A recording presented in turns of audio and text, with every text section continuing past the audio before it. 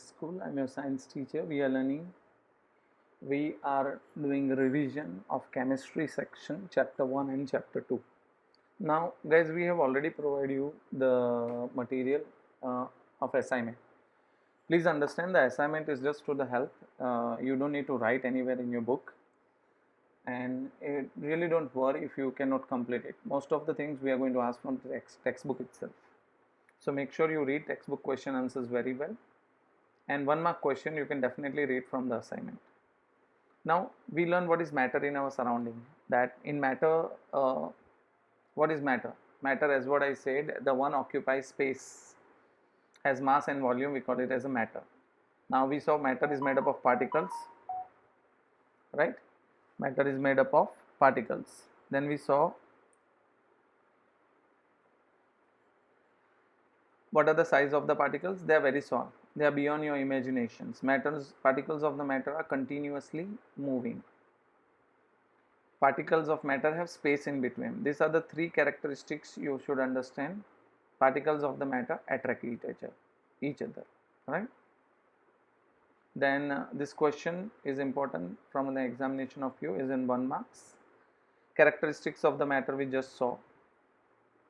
Now states of matter, it's of 3 types: solid, liquid and gas. The solid state we said that it has definite shape, boundaries, distinct boundaries, fixed volume, and has negligible compressibility, and they are rigid. When we talk about liquid, liquid has no fixed shape but has fixed volume, right? And liquid can flow and change shape, so that's why it is called not rigid. And gaseous, as what I said, no fixed volume, no fixed shape, right? It's not rigid. It has maximum compressibility, and the compressibility of liquid is more than that of a solid. CNG, LPG, full form you can remember that the full form of CNG and LPG is liquefied petroleum gas, CNG is compressed natural gas. You know the space in between them. The solid, the space is very negligible. The spaces between the liquids are more than that of a solid, and the maximum is in gaseous. Difference is important here. Even this give reasons are important, so you can see this one. Then we saw about temperature, that as you keep on increasing the temperature, solid convert to liquid and liquid converts to gas, and when you decrease the temperature, gas convert to liquid, liquid convert to gas, solid. The temperature at which solid convert into liquid is called melting point, right? And that heat is called latent heat of fusion, right? The temperature at which the liquid convert into gas is called boiling point, and this is called latent heat of vaporization. Then there are certain states which directly convert from solid to gas or gas to solid. When goes from solid to gas, we call it as sublimation, and from gas to solid we call deposition. So basically this MCQ kind of things is required here. It can be asked also as a blank. This is very important. Convert the temperature from Kelvin to Celsius, Celsius to Kelvin. Evaporation, right? Evaporation process depends upon surface area, humidity, and the increase in the speed of the wind. Factors affecting evaporation, that's what we saw. Does evaporation cause cooling? Yes, right?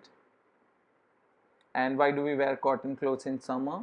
And the water droplets. So even here these questions are important. So this is not more into this one, but you can remember this question number 1 to the physical state, this give reasons, and the last one. Okay, let's see chapter number 2. Is matter around us pure? So basically pure, when you talk about pure in our language we call pure is without any adulteration, but when you talk about scientists, they said pure means which is made up of only one constituent particles. The rest we call it as a mixture. So soft drink and soil is not made up of single particle, so we call it as a mixture. Sugar contains only one kind of pure matter, that's why we call it as a pure substance. Then we saw what is a solute, solvent, right? Solution, suspension, solution, colloidal solution, heterogeneous mixture and homogeneous mixture. Homogeneous mixture, right? Homogeneous means they mix with each other uniformly. Heterogeneous means they do not mix with each other. Group A and B got a solution, right? So then we talk about solute and a solvent. The one which is in more larger proportion is called solvent. For example, if you take a glass of water and a spoon, 2 spoon of lemon, and you make a lemonade, so the quantity which is more is water, we call it as a solvent, and the quantity which is less, that is called solute, and whatever we get is the solution. Now the solution can be of dilute, concentrated. Dilute means if the amount of proportion solute is less, then we call it as a dilute, but if it is more, then its dissolving proportion, then it is called concentrated. Properties of solution we saw, that it is a homogeneous mixture. The particles are 1 nanometer. You can remember 1 nanometer is 10⁻⁹ meter, right? It cannot be separated. The particles cannot be separated with the process of filtration. Okay, for the solution. Then we saw the particles of this one, suspension. It can be seen with a naked eye. The particles of suspension scatter. Scatter means you can see the path of light over there. It can be separated by the process of filtration. Colloidal solution, we know that the particles of colloidal are uniformly spread throughout the solution due to relatively smaller size of particle as compared to a suspension, and it also have a scattering effect. Even the canopy of dense forest in, right, and they cannot be separated by the process of filtration. Then you can see the difference between solution and suspension solution. Then the next is there are certain process how we can separate a colored component from blue or black ink, which we already centrifugation process, how to separate a cream from milk, centrifugation, even the applications of centrifugation, how can we separate the mixture of salt and camphor. Immiscible liquids can be separated, even the sublimation to separate. Even chromatography we learn how we can, so you get the different colors. We can separate mixtures of two miscible liquid by the process of distillation, and the distillation is used in the petroleum products also.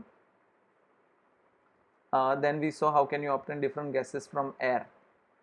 Okay, this is the big process, you can remember that too. Understand, you didn't need to draw any figure here. And the last is how does the water purification plant works. This is important, you can see the physical states, even the name, the techniques that you have to remember. Even in question answers this difference is important. Then you can find out this technique, it can be asked as 1-2 marks. Then this one, which one is a pure substance, question number 7, question number 8, question number 9, 10, 11. These are important questions. So make sure you understand what it is given in this revision of chemistry. Next time we are going to see physics and biology also. Fine, that's it for a day. Thank you so much.